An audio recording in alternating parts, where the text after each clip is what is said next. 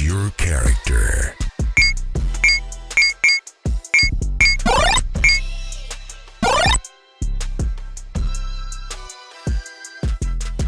All right. Welcome back to the Geekset podcast, only podcast that blend hip hop culture and geek culture together. I'm your boy Deuces, and this is 101 with Deuces, the place where I speak with creators, curators, and people that you should know. And listen here, if you are a fan of my podcast, you know I sing the praises of not only this guy, but the things that he's been a part of for a while. I am a Mad TV evangelist. I champion it, and I've talked to a lot of people from Mad TV, but I always talk about, hey, go back and watch those shows, go back and watch those episodes. But I have the one and only.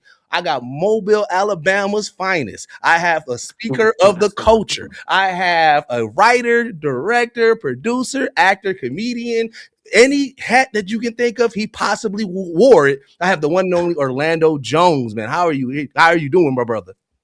I'm good, fam. What's poppin'? Man, I am so excited, man. And like I said, so my platform is all about giving people their flowers while they can smell it, but also just having really dope, interesting conversations. But bro, I legit love Mad TV. I had the pleasure to speak with some of your peers, you know, Deborah Wilson, Phil Lamar, like these are, you know, and you guys was so pivotal to the point, like for me, I roll till the wheels fell off. Until it ended, I was saying Mad TV over Saturday Night Live until the wheels fell off. And I just want to say, man, thank you for everything that you have given to this culture, everything that you have given is comedic wise, dramatic wise, acting, and just being a voice. Because when you speak, I need you to know. I know you know, but I need you to know from my voice, we listen.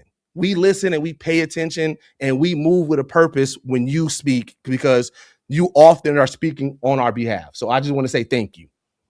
Oh, that's mad love, man. Crazy. That's a lot of responsibility right there.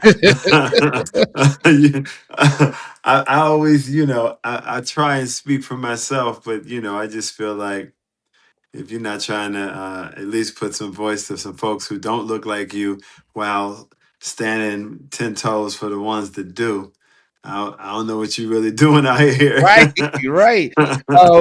So like I said, your start, like in your career has been an amazing journey, because, you got a lot of writing credits and things that mean so important to the culture, writing on things like Rock and A Different World. And it's just like, it's one of those things where it's just like, whoa, like, you shaped so many people's childhood, family experience and everything. And I just wanted to get, like, as a writer, when you approach a project, I always interested, what is the first thing that you think about when you approach a project as a writer or a producer? I mean, hold on, now or then, you know what I mean? Oh, because there's such different points in my career. Like, are we talking about like the early '90s when I was writing the pilot of Martin and the Different World and all that type of stuff, or now? well, so yeah, let's start then. Yeah, where was young Orlando's mindset at that, and what was your starting point with that?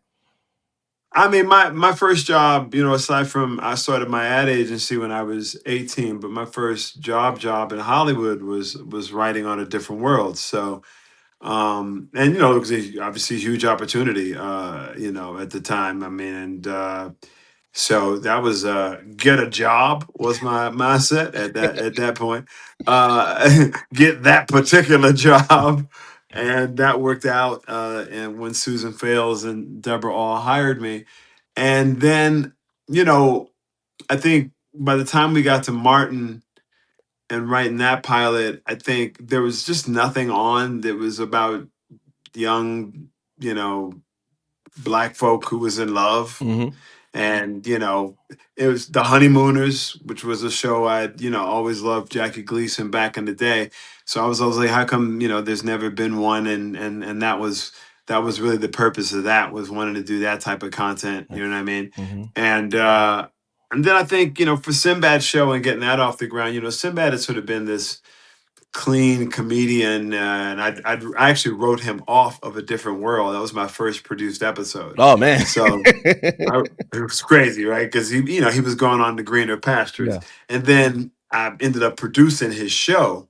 So the completely different experience, and after that, I wanted to try something different, and we went and launched what y'all know called reality television, and that was me and Jeff Probst and Karen Bryant and Phil Kogan from Amazing Race and Tom Bergeron and that was us kind of doing that, and then reality blew up, and I didn't want to do that, so I went and did Mad TV.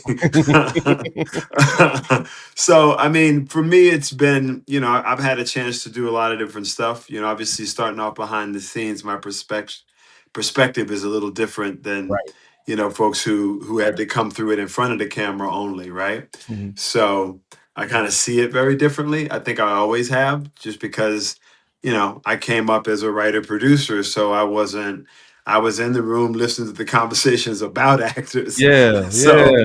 by the time I was on the other side of the camera, I'm like, I know exactly what y'all think of actors, but we can play this game if you want to. I don't care. But I just, from being on the other side, you just kind of know how all the things work, if that makes sense. No, it definitely does. 'Cause like I said, you can tell because I'm a researcher at heart, right? And so I like to see like a lot of behind the scenes and just kind of just understanding the process of creating, right? And like so, a couple of things that I was able to identify, even just seeing some of your work. One, like I said, when you're in it, like I said, you are all in. You're also the ball of light. Like it seems like you attract, the fun. Like you bring the fun to the set while not distracting everybody from the work that they have to do. And I said, and that's always important. I feel like, you make a lot of people feel comfortable. And so it's like, it's one of those things like, yeah, as somebody like you who knows how to be behind the scene and then also knows how to be in front of that camera, you can tell that you are that person that, somebody who might be a little bit nervous might lean on, or somebody who, who's a little bit seasoned will respect your POV because you wore all those hats. And again, it shows in a lot of your performances as well. I just try and be what I would have hoped I would have, that anybody would experience a good experience, right? Mm-hmm. Because everybody's work elevates when everybody's comfortable. You know what I mean? Mm-hmm. So if you can create a space where all of the artists can be comfortable, then you can really consistently do great work, irrespective of what's going on, Mm-hmm. because you've been able to create an environment where people can do their best work, right? It's just often so competitive and petty that people don't care about that. But I'm a coach's kid, so for me, how the team rides is how I ride. So I try. For me, that's the whole thing, right? Art is communication. That's what it really Yeah. is. So if your communication while creating your art is foul, then you know Yeah. by and large art the art is often then foul, or or it doesn't stick around. It don't Right. have no staying power, right? It can be there for the moment and blah blah blah, but people don't go back to it over and over again because why would you know Right. what I mean? Yeah, and I love how you always respect to the art because like even with your record label that you created GSR, like I said, you often refer to the artists and what they're working on as, like you said you're a rebel, you said you're not trying to step in, so you allow them to flourish, you allow them to create their art, and and that's what you want to see. You want to see that growth. So I want to get into GSR a little bit because the story of even the inception of it, of you just kind of having this collective of this library of work that you was working on, and you're trying to figure out, okay, what's my best way to put this art out to the world, only to kind of stumble into a whole situation. So Right, right, right. yeah, exactly. And so like Yeah. tell me, for those who don't know, tell me about Gangster Rock Records, Gangstar Rock Records. Yeah, Gangster Rock was, you know, I had Gangster Rock back in the day, I think 2005 or so. I started playing with, just wanting to do a live funk, rock, rap, punk record kind of thing. Mm-hmm.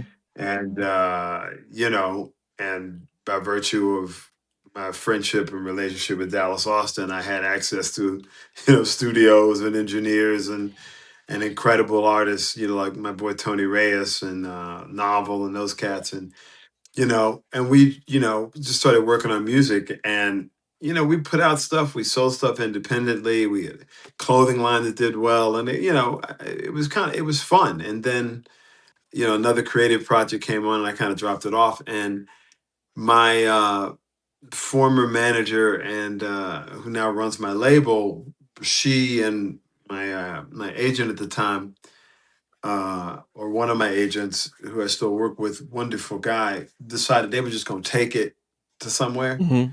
and get it released, and they were just going to bring it back and let me know, what the deal was to sign off on it after they had a deal.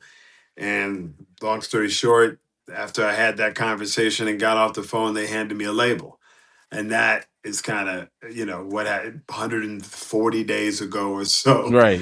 that kind of happened, right? And I kind of understand it from their perspective now, because they were like, look, this music isn't all in the same genre.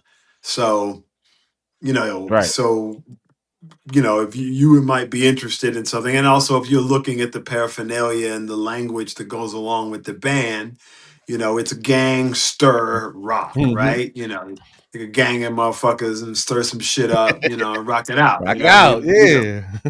Yeah. But and also just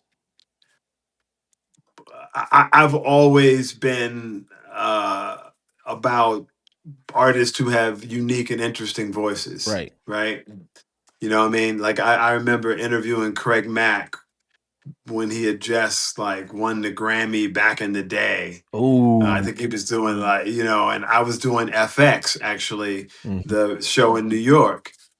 And he was just a completely original artist, right? The rap game hadn't previously seen, Yeah. and someone with that type of flow, Right. right?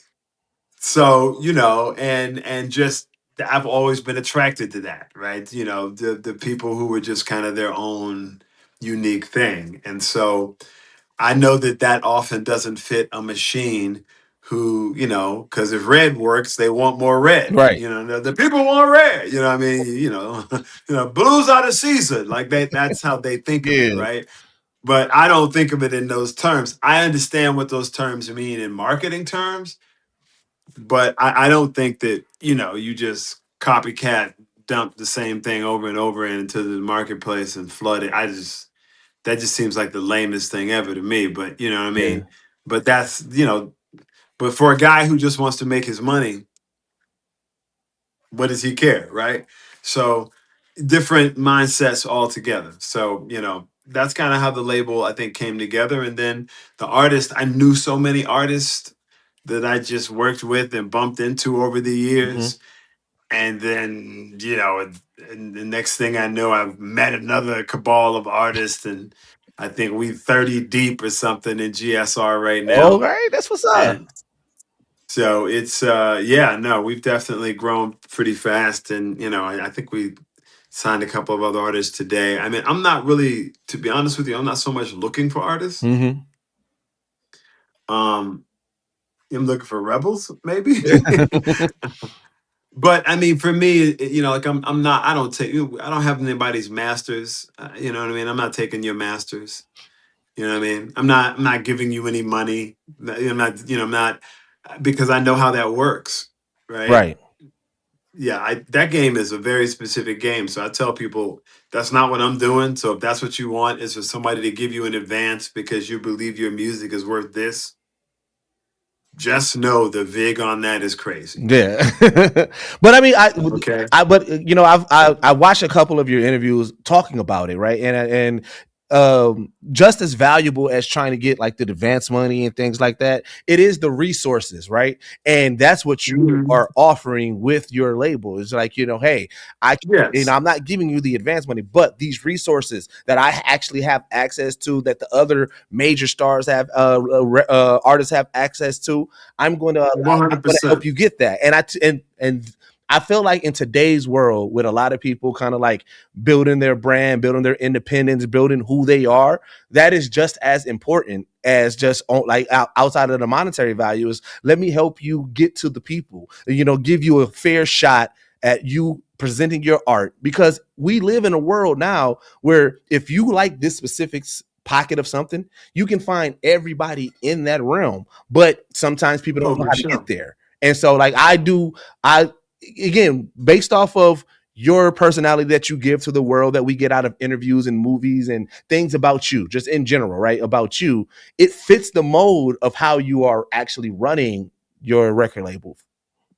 Yeah, that was the hope, right? You Mm-hmm. know what I mean? You need to know the most important information any artist needs today is where your stream is coming from, Mm-hmm. in my humble opinion, right? Right. That, and to have a real data chain on where your money's coming from, knowing that you're getting the lion's share of that money and it's going into your pocket, and here are the fees that you got to pay, but you're not really making your money on streaming. You're making your money on performing and building your fan base and interacting with your fan base and what have you. So knowing where your fan base is the most important information. And unfortunately, most platforms won't tell you that. Right. Right. Like I said, I deal with that with this Which is crazy to me. podcast. Right. Yeah, it's crazy. So even as a podcaster, the same thing. So, for me, it's like the tools we can certainly provide because, the parent company has the infrastructure and that's what they do. Right. Mm-hmm. And, they have a proven track record. They do a great job of it, but, it's a different game today. And in some ways it's the same game it was before, right? It's a mix. It's somewhere it lives between the two. But for me, collect your digital pennies because that's what you got to do, Mm-hmm. and use your marketing and whatnot there, and build your fan base because that's what it's about. That's what it's all about. And I feel like you said, it is the same game, but it's different because you know why? I feel like they empowered a lot of us to believe that we know it, right? I feel like there's Oh way yeah, more people who's like, you know what? I got this game down pack. And it's like, we still need a little bit of help. We still need tidbits. Saying we still need OGs to kind of help us out, put us on, let us know, hey, look out for this, look out for that. And because so many people are running their own brand now, or so many people building their own who they are, I think that's the difference in the shift. Back then it used to be, all right, I need to get this record deal. I need to get this executive to right. green light my show. I need to get this, right? Where now there's way more people like, okay, I can actually build this and kind of build my audience and build my fan base and build my community and my tribe. And now it's just now it's a different game, but it's still like trying to figure out where we can get, the best output, the best monetary value, but also still feel move with a purpose. Because I mean, like, direct to audience is very, very simple, very clean, very smart. Everything else is a bank loan. yeah. So, Mm-hmm. a record label deals a bank loan. You can go get a bank loan. Just know the VIG they charge you is heavy. Yeah. And once you default, you're in it forever. And everybody defaults because it's set up for you to default. Yes, it is. I mean, that's literally the game. That's the game. That's the game. Dude, listen, this is how crazy it is. I'll tell you the funny story. I just was telling this to a friend of mine who, wanted to sign on the label. They were like, look, man, I don't want to get a lot of money. I just want to get like, $3,000-$4,000, right? And I said, okay. I said, so do you know what the payback is on $3,000? He said, what? And I said, $15,000. He goes, if I pay back 13,000, I said, if you borrow $3,000, you got to pay back 18,000. It's crazy. I go, that's how that deal works, Mm-hmm. right? I can't change the mechanics of those because I have my distribution label deal and these legacy deals are already built. So Right. the parts I cannot change, right? Right. Parts I can, parts I can't, right? So here's just the basic math. Why would you take that money when you could make that money in so many different ways? Merch, streaming, shows, like that. lickety split, like that. $3,000, Mm-hmm. you could pick that up. Now, t-shirts, Mm-hmm. mugs, cassettes, performing, download pictures, autographs, I don't, what I mean? There's so many ways you might engage your fan base, by which to build, that. But borrowing it from folks is like, in that structure, is just not the way to go. But people dream of that, right? They want the fantasy of it Yeah. all. Some people, and they're caught up in that fantasy. And I go, if that's what you really want, then go get it. But just know the cost on it is super super high. You know what I mean? I mean, I was fortunate, but I Yeah. came into business in a completely different time. It's a whole nother game. Right, whole nother game, and that's why I often try to champion the independents, right? Because like No doubt. we take music for a while, right? A lot Yeah. of like when people talk about music executives and the successful people, right? They're going to bring up Diddy, Hove, they're going to bring up all the people, Russell Simmons and like respect to those brothers, they got they definitely built a huge notoriety about their success. But people often leave out people like Tech Nine, like Master P, like these people that we literally saw their stories selling them CDs out the trunk, selling their merch. Like Tech Nine legit has his own facility that he presses up his merch. He has his own trucks that he owns, that when merch goes out to stores and everything, he presses his own CDs. And it's like, these are these Tech stories. Nine in particular is a Yeah. great example. That's right. Midwest boy, Yeah. right? I'm from Milwaukee. And these are different businesses that you're describing, right? Yeah. One started out. Some of these scenarios are were people washing drug money, Oh, yeah. right? Yeah. And using the entertainment game to do it, and then moved forward in the entertainment game and stopped the other game, right? But that was also a huge part of the entertainment game, Mm-hmm. right? And So we ain't getting about the and all mafia. of its I want to talk facets. about the mafia, but we know they're in entertainment. How? Yeah, hey, look, everybody's in entertainment. Yeah. Hey, what are we talking about? Listen, the most profitable channels on DirecTV are in the 500s, where ain't nobody got no clothes on. The one thing that I absolutely love about the culture is that it's still embedded in Black culture. White geeks still rock Dunks or Jordans, and they also talk about Batman versus Superman. Batman and versus Superman is literally Brown versus Jordan. Dragon Ball Z, that like my whole trajectory in life changed. Don't nobody talk to me, my shit is on. We just finna experience it. It look like it's gonna be real deep. Oh my God, this is crazy! The elevation from where King Vader started to now fucking crazy. Black geek culture helped me through some of the highs in my life, through some of the lows in my life. It's always been there, sort of like an undercurrent to everything that I did. There was no term for it. It was just, this is what I'm doing. I love us in it. I love the fact that we take things and we always make it better.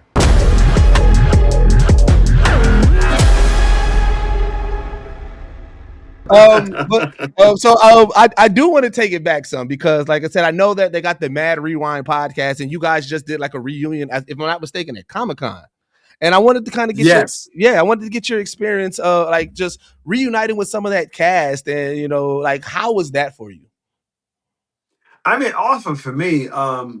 I mean, I was only there the first 2 years, and I left. It ran 14 years, so the bulk of it I really wasn't there. But in the original 8 cast members, obviously, anytime I get a chance to see, Phil Lamar and Dave Herman, Brian Callen, Artie Lang, Nicole Sullivan.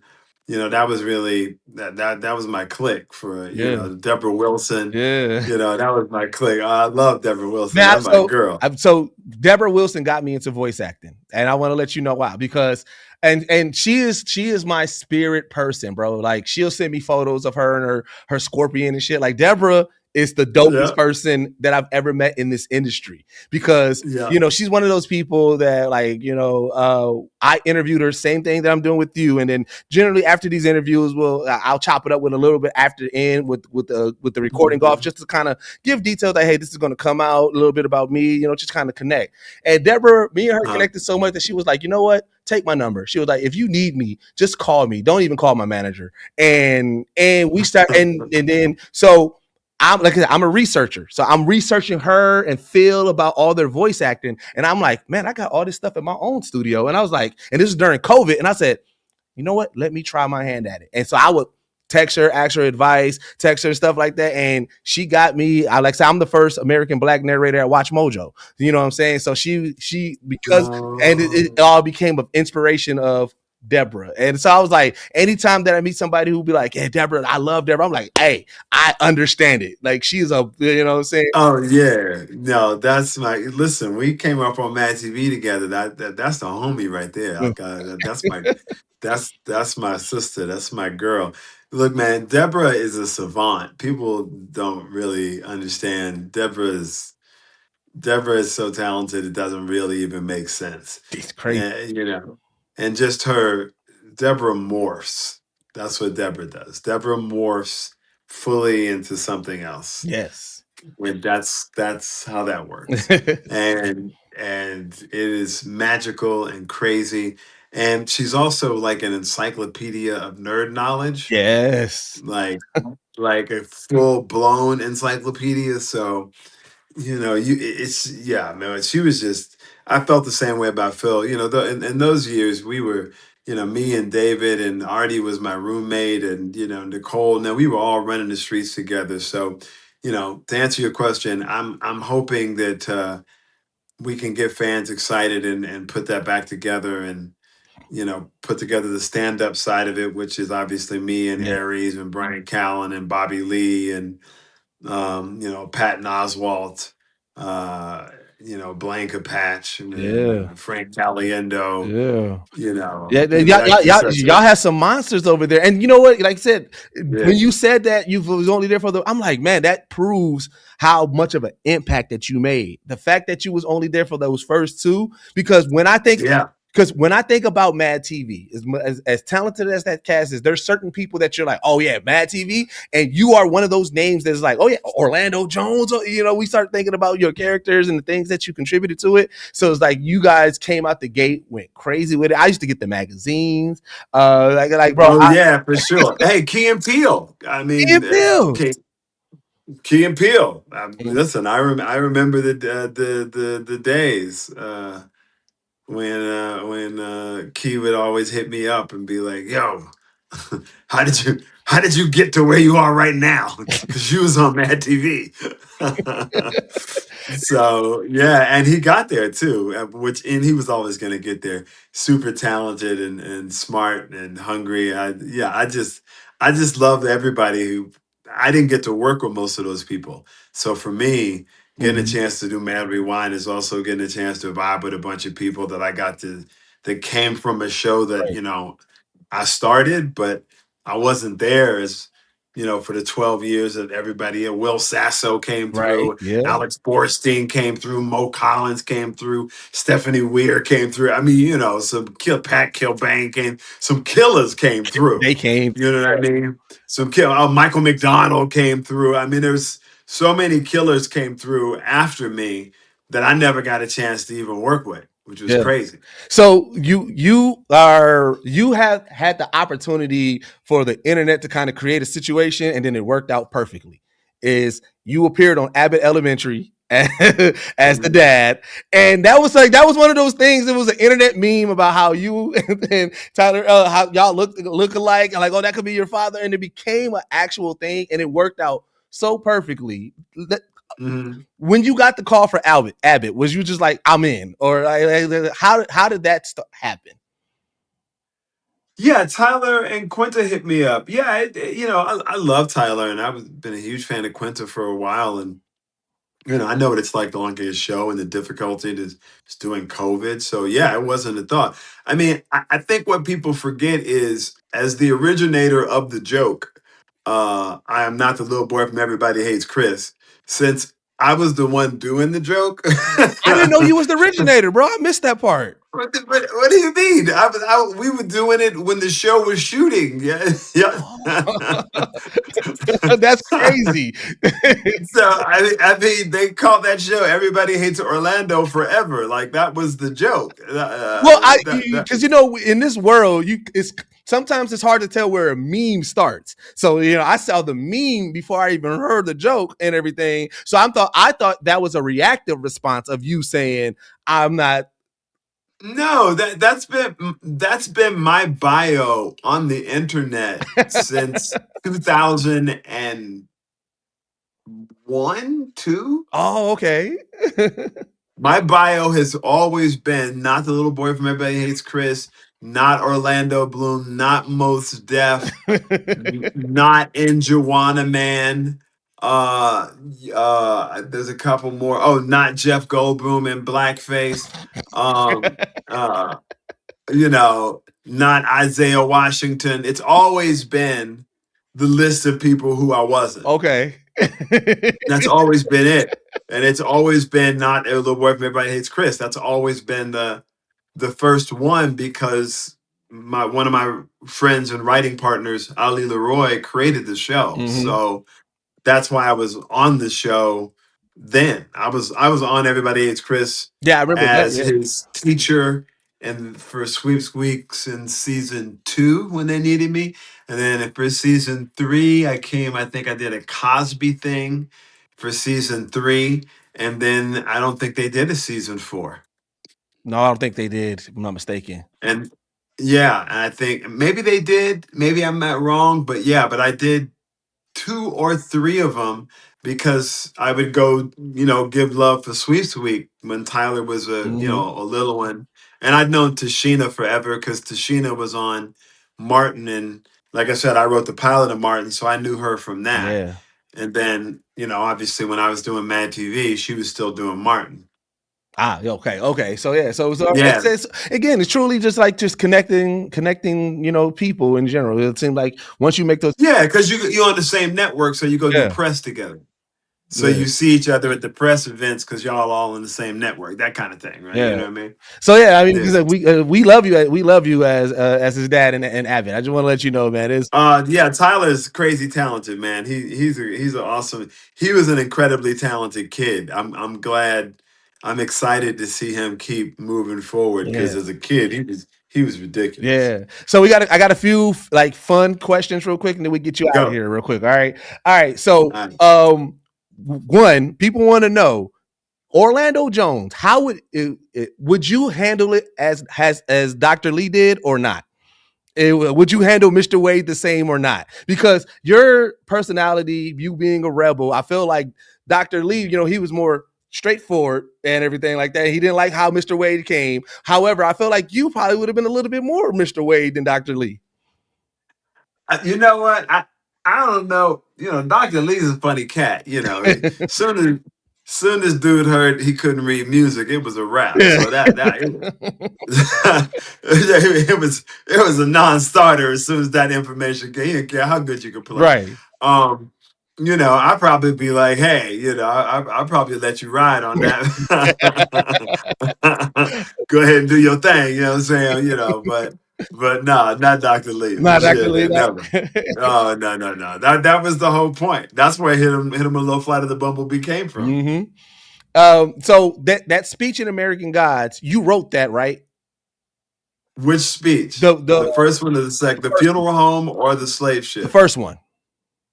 The slave ship was written by Brian Fuller and Michael Green. The funeral home was written by me. Okay, so in that first one, the fans want to know, what was your thought process going into shooting that? It was just hot. The air conditioning was broken on stage, and we were in Toronto, and it was like a 99-degree day. So, it was slave ship hot on that set. And honestly, dude, whenever you're, doing that type of monologue, at least for me, I'm sort of, there's me and then there's the character. Okay. And we're not the same person at that time. Okay. So when I'm in the character, particularly if I'm all the way in, I don't really have a memory, shall you say, of anything other than little glimpses here or there. Okay. So I'm not thinking about it in that way at all, actually. It's not intellectual at all, right? Mm-hmm. I'm a god who just landed on this ship because one of my worshipers was praying to me. And I am amused by the fact that this worshiper does not understand what's about to go down or the length of time it's about to go down. But I have a particular need at that time. And that is, in order for me to move, I need you to kill yourself. I need you to commit human sacrifice in my name in order for me to be more powerful. So as much as I'm telling you the truth of what you want to hear, I'm also using it to get you riled up so you will die in my name. Right. So you yeah. Because I'm a trickster god. Yes. It's a trick. Yeah, you're all in. Yeah. Right? Yeah. It's a trick. So I have to convince you of the passion of the trick. So you have to believe that my passion is towards your survival. Yeah. When in fact, I'm not interested in your survival at all. I want your blood sacrifice. So you're when in those type of situations, you take the character and you are in that character no matter you're not looking at it from just the writing standpoint. You're more so this is how this character is. In that moment, and we're shooting it now. Mm-hmm. We're not writing it anymore. That period is done. Right. We're shooting it now. I'm here to make y'all kill yourselves. Oh man, in order to do that, I need to have a charismatic oration about this particular subject matter that doesn't approach it like other people have approached it. Because if I do that, it ain't gonna work. Yeah, yeah. You got to be believable. You like I said, we're dealing with faith, we're dealing with religion, we're dealing with. So yeah, I get. But I gotta entice you. Yeah, I gotta seduce you, right? Yeah. So it's gonna be a dance. And so to me, those parts are already there because they're just the natural part of how that has to happen. Yeah. Right. That and so I try and that part is obviously really important to me. But I find that I can only really do that on the set when I've got all the pieces done and I've figured out my wardrobe and all that. I feel it's really difficult to do that sort of thing in the audition processes because you don't have any of the information. Yeah, right. Yeah. Right. So, it's like, blah, blah, blah, blah, blah. Because I'm like, the information that I need to make this special, you haven't given it to me. Yeah.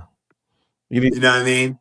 You need your tools. You need your, like I said, you need your, Well, I mean, if you're looking for if you want me to create a character, a specific special character, then I need, I don't know what information you're going to give me that's going to make me go, oh, it's this, right? I don't know what that's going to be, but I know it's not usually going to be what the other person thinks it is. Yeah. All right. Because I'm not thinking about it from the same angle they are. Like, as a writer, I know how writers approach things, right? Right. But as an actor, that's a completely different approach, right? And when I'm character building, because I came from Mad TV, I had all these tools. I could change my face with prosthetics. I had wigs. I had wardrobe. I could change the way that I walk. I had contacts. I had, teeth. I had so many tricks to make a character. Yeah. And I don't know how not to think in those terms. If that makes sense. That does. That's how right. So if I don't have all my toys, then I'm like, I guess I could give you something, but it ain't gonna be what it was gonna be if we really talk about this for real. Right. Because I can only give you so much because I'm always looking for, I'm looking for stuff that it's on the page, but it's normally in the room, if you know what I mean. Like I'll give you. There's a scene that I was actually just reading, and the scene is dude's ex-wife sneaks into a joint and surprises him, but they're separated, and he's with somebody else, and the somebody else is in the bed. Oh, right, and the ex-wife is in there, and he's like, oh. what are you doing? You know what time it is, right? But there's somebody else right there, right? Right. So to me, the way you play that scene because there's somebody else right there is as tricky as the day is long. Because the last thing you're trying to do is wake that person up. Oh, right. And the second thing you try and do is get rid of this person. But see, you still got feelings for this person. So you ain't trying to blow this up. You ain't trying to introduce them to each other. And you ain't trying to blow that up either. And the only person that knows that can see you trying to navigate all them little things together is you and the person you dealing with, right? Nobody else knows that you're trying to keep this quiet and keep this entertained and at the same time, right? And you might not figure out that dynamic until you understand the proximity and then how loud it is or not loud it is. Is the door open? Is she in that room? It's based on the physical room you're in. Yeah. Changes, right? And the size of the place you're in changes everything about how you would play that believability wise. Oh, hey, listen here. As an aspiring voice actor, I just want to let you know you just unlocked something in me right now with because I'm thinking back on some auditions that I had and things, and I'm just like, oh, I should have looked at it that way. Like, so that's what I'm looking for, right? Yeah. So that I know exactly where to put it. But if I don't have that information, I don't. I can do it, but I can't dial it in. You're right. Right? Yeah. And my frustration is I want to dial it in so I can have all of the little modulations of when he gets too excited and has to remember, look over that motherfucker. Right? Because it's not that it's comedic, it's just life, right? life. And because it's life, it makes you laugh and lean forward into it. And you like the character because you see yourself in the life of it all. But it ain't got shit to do with the dynamic of the words, right? So that's how I character build. Gosh, man. So it's so much about the physical, the thing, and what kind of tone. And also the other big thing is what if I'm playing a co-starring role, it's really hard not to. I can only make the decision after I hear what the star is going to do. Okay. Because that person is going to be in more of the movie. And you probably shouldn't be on their note. If they talking with this tone of voice like this right here and they're on this note, you shouldn't probably come in and be on that same note that they're on. Choose a higher note or a lower note or something. Or if they're talking like this, you might want to try and talk like this right here. But stay off of their cadence and their thing. That makes sense. Right? Yeah. Compliment it, but stay off of it. Yeah. Yeah, because when you talk to them, y'all sound the same. You know what I mean? That music doesn't feel right together. So if I haven't heard what choice that actor has made, that audition don't mean nothing. Because as soon as I hear that voice on set, everything I did in that audition could have gone like that. As soon as I actually hear and see. Oh man! So that's why I'm like, I can do this, but this ain't got shit to do with what I'm gonna do on the day. So when you get to a set, you pretty much turn to Denzel Washington. You sit back like, all right, this like in what's the movie? Why I'm blanking? What's the movie? I'm blanking on Denzel. I feel bad now. You talking about Training Day? No, not Training Day. The other movie. Which one? Where he calculates everything and he whoops everybody's ass.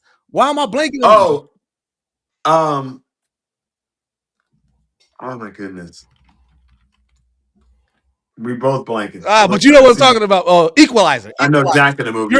You are Equalizer actor. You get in that room, you're like, boom.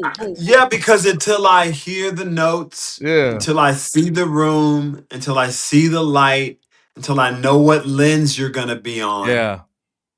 How could I possibly tell you what I'm going to do? You're shooting me waist up. Okay, that would be different than if you're shooting me standing up. Yeah. Is the sunlight coming in here? Am I playing that? Am I not like, I don't know. Right. I don't know how you arrange this room and put me. And however you put me in that room, it's going to largely dictate how we're going to be able to do the scene. If you think how you did it in your mirror, if that's what you do, is how it's going to be on the day, I adapt for the room and the temperature and the cast and the tools I have on the day, on the moment. And then for me, entertaining the crew, that's just about keeping everybody's energy up, and keeping my energy consistent, particularly if we having long days, which we usually do. And I don't know if I'm going to start the day shooting one scene and then something happens and they got to go do something else. And then I might, by the end of the day, be shooting the other half of the same scene. Right. I started that scene at 7 a.m. I'm now finishing that scene at 7 p.m. I need my energy to be exactly the same. Otherwise, it looks off camera wise. So I entertain the crew so that I always know where the top of the room is so I can control my energy. It's easy to go down in energy. It's very hard to go up in energy. Yeah. So I keep my energy up, up, up no matter what. And then I shift in the scenes where I need to go to because down is easy. Up is the problem. And if I'm already up and I have an up scene, I'm ready for it because that's why I entertain the crew, because I want to keep the energy up on the off chance that I might need it in the scene. Okay. All right, man. Thank you for that. All right. So last two questions. One, I love asking this question to actors like yourself. If you could make a buddy cop movie with two of the characters that you portrayed, what two characters would you put in a buddy cop movie? I would put Frank Irving from Sleepy Hollow because he don't think nothing's funny and he love his gun. So he's the straight man. He's a straight man. Yeah, he's humorless. And I would put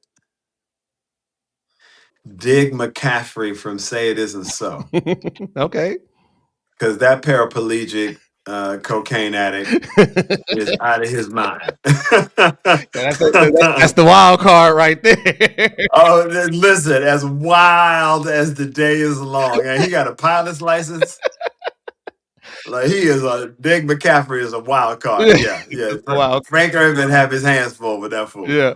All right. So, the last question. We do this thing called Geekset Hypheticals, right? So this is you, right. Orlando Jones, your skill set.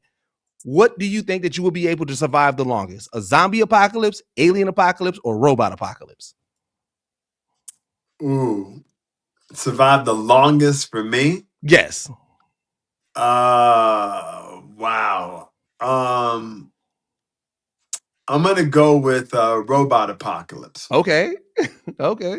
I'm gonna go because see the thing about robots is all you got to do is unplug them. See, you turn the power off, they stop roboting. See, right. Immediately whatsoever. I don't even know if these guns will kill an alien. They might eat that and copper and gunpowder. Right. How delicious. Who'd have thunk to put this combination together? I don't know what their situation is, so I can't speak to them. And then zombies, they're just too much flesh eating for me. They want to eat flesh. And there's too many variables because am I getting the ones that race at you, speed at you? Yes. The walking ones? Which the schlee stack ones that drag the leg.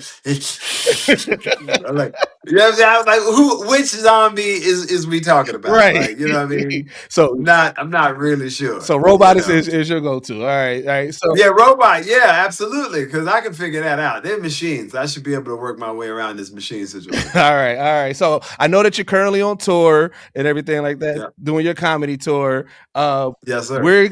So as we're ending, where can people find tickets to where you're going to be at, and what do you need people to support you in? Hey, come see me. I'm in Las Vegas, March 13th and 14th at Jimmy Kimmel Comedy Club. Got 2 shows on Friday, 2 shows on Saturday there. I'll be at City Winery in New York City on March 22nd. Please come down. That's going to be a crazy show with my man King Melonius, AI influencer, BBL Drizzy in the building. And then the next day, March 23rd, I'm going to be in Philly, also at City Winery. My man Cookie Rabinowitz, who's on my label, is actually performing in my show. He's going to open, and King will be there too. That's going to be a crazy show because that'll be music and comedy together at City Winery on the 23rd. And if you go to OrlandoJones.com, my dates are there. You check the bio on Facebook or Instagram, and I'm in the building. Come see me March, April, May. We out. We having a good time. Hey, man. Yeah, make sure y'all go tap in. And as always, this is the only podcast that blend hip-hop culture and geek culture together. I've been your boy Deuces. This has been the amazing Orlando Jones. And we are out. Peace. Deuces. I mean, what the fuck we talking about here? Fridays, we are talking a brand new show, bringing you hilarious commentary about black characters. Like Goofy and the whole gang, we all know that black. They been nigga. You know what I'm saying? P Black. He Uncle Ruckus. He Uncle Ruckus at the yeah, P Black is a cartoon intro. Dark Queen Duck. Nobody gonna join in? I hate all y'all niggas. You gotta have real niggas around us. Anime drip. Throw me in JoJo's Bizarre Adventure. What I'm talking about? I want to be able to have my pose. I want to throw it in there. Game nights. I feel like Twister is gonna get people in some positions that they don't need to be on. That's an HR nightmare. It's a lawsuit waiting to happen. Video games. It would have to be a 2K. Hey, sometimes 2K be cheating, man. And more. Brought to you by Geekset, featuring Deuces, Bacardi, Didge, and Trippy, and King. Tune in Fridays only on YouTube. I mean, what the fuck we talking about here?